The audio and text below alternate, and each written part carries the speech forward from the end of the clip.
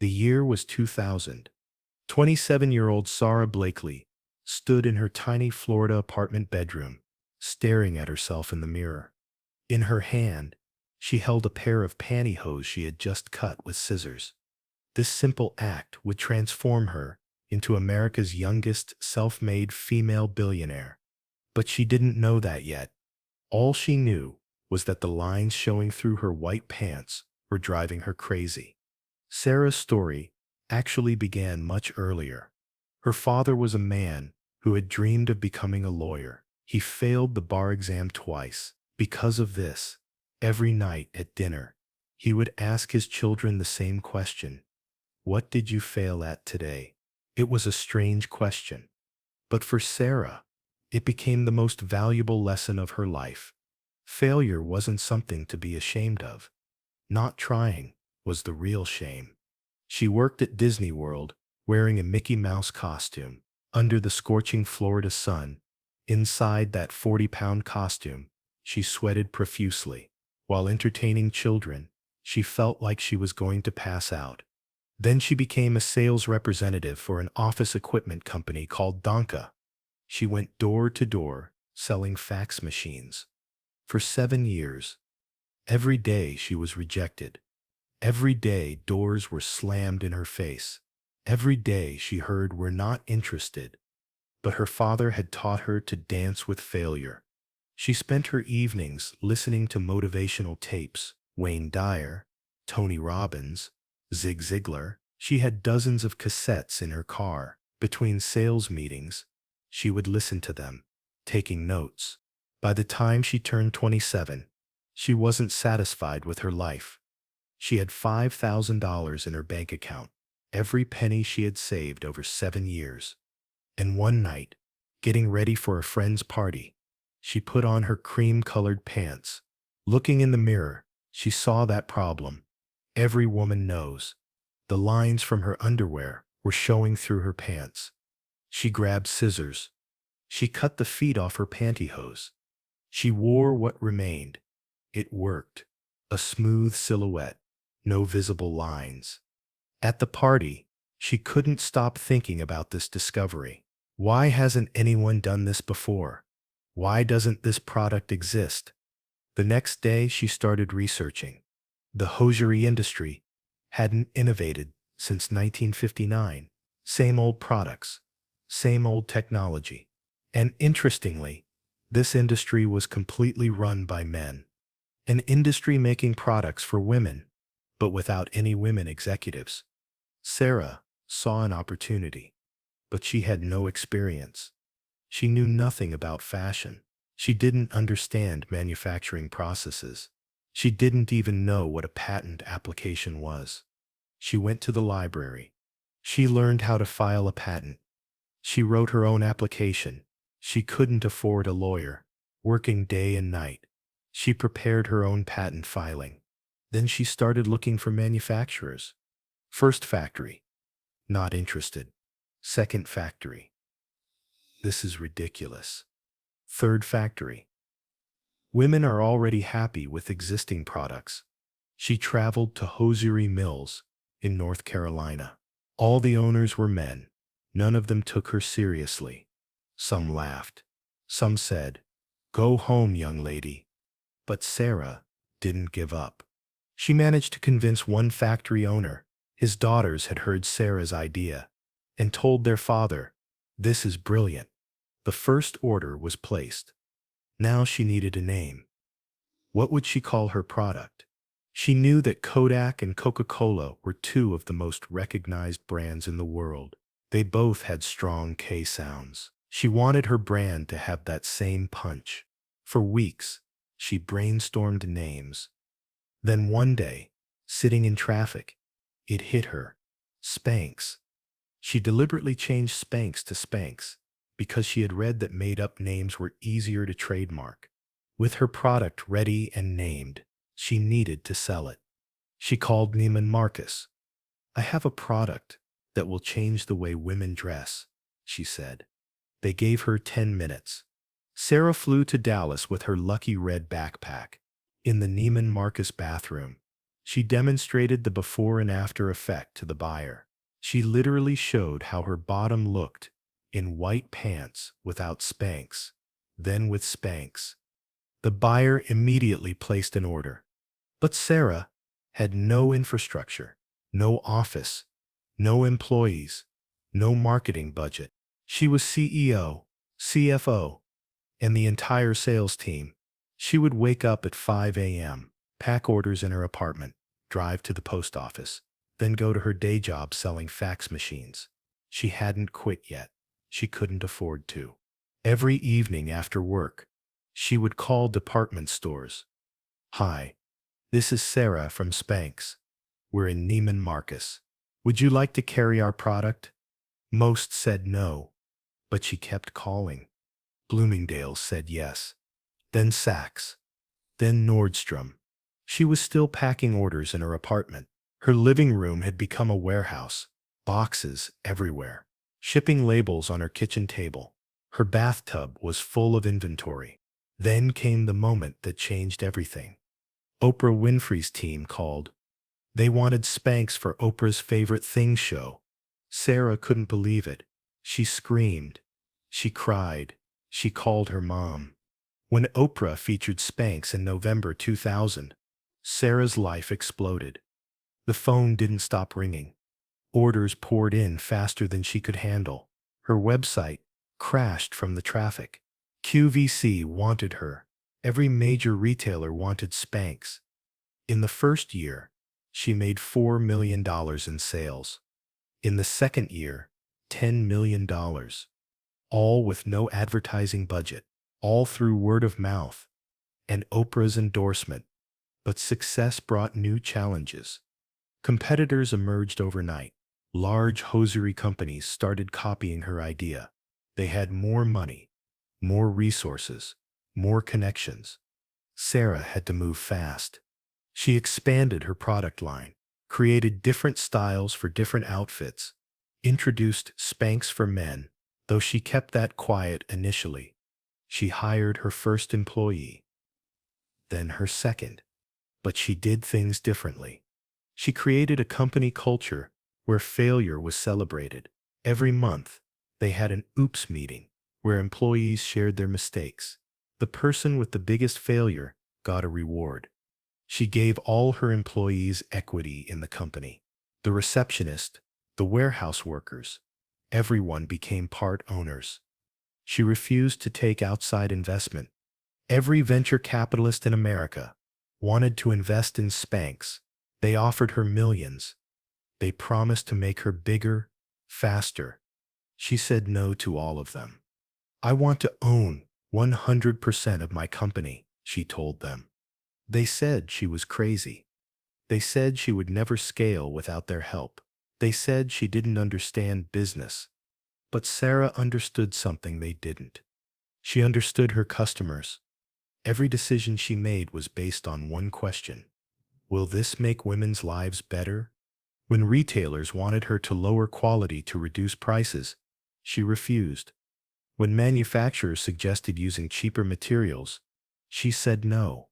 When advisors told her to spend millions on advertising, she chose to let the product speak for itself. She personally answered customer emails. She read every review. She listened to every complaint and suggestion. One customer wrote that she needed Spanx for her arms. Sara created it. Another said she wanted Spanx she could wear with open-toe shoes. Sara invented it. She turned customer feedback into a product development strategy. By 2005, Spanx was generating $150 million in annual sales. Sara was running an empire from a small Atlanta office. No debt, no investors, no board of directors telling her what to do. She was invited to speak at Harvard Business School. The girl who had never taken a business class was now teaching MBAs how to build a company. Richard Branson became her mentor. He invited her to his private island. He taught her about scaling while maintaining company culture. She appeared on reality shows, helping other entrepreneurs. She created the Sara Blakely Foundation, giving millions to help women entrepreneurs worldwide. In 2012, at age 41, she became the youngest woman to join the billionaires list. Forbes featured her on the cover. The headline read, "How Sara Blakely Became the World's Youngest Self-Made Female Billionaire." She had never taken a business loan, never given up equity, never compromised her values. But the journey wasn't always smooth. There were nights she cried herself to sleep, overwhelmed by the pressure. There were moments she wanted to quit, especially when bigger companies tried to destroy her with lawsuits. There were times when cash flow was so tight she couldn't pay herself a salary. But she remembered her father's question, "What did you fail at today?" She reframed every setback as a lesson. When a shipment arrived with the wrong color, she marketed it as a limited edition. When a celebrity complained about SPANX publicly, she sent her a personalized gift basket with a funny note. When competitors undercut her prices, she focused on innovation instead of price wars. She created SPANX for pregnant women, SPANX for brides, SPANX Active Wear, SPANX Jeans. Every product solved a real problem she or her friends experienced. She didn't use focus groups. She didn't hire expensive consultants. She trusted her gut and listened to real women. By 2020, SPANX was valued at over $1 billion. Sara still owned 100% of the company. Then, in 2021, she made a decision that shocked everyone. She sold a majority stake to Blackstone, valuing SPANX at $1.2 billion. But this wasn't about cashing out. This was about scaling to help more women globally. And in true Sara fashion, she did something unprecedented. She gave all her employees 2 first-class plane tickets to anywhere in the world and $10,000 spending money. The announcement video went viral. Employees were crying, screaming, hugging her. "I want you to go and create memories," she told them. "You helped build this company. You deserve to celebrate." This gesture perfectly captured who Sara Blakely is. A woman who turned $5,000 into a billion-dollar empire. A woman who refused to accept that's how it's always been done. A woman who believed in solving problems rather than following rules. But more importantly, Sara represents something bigger.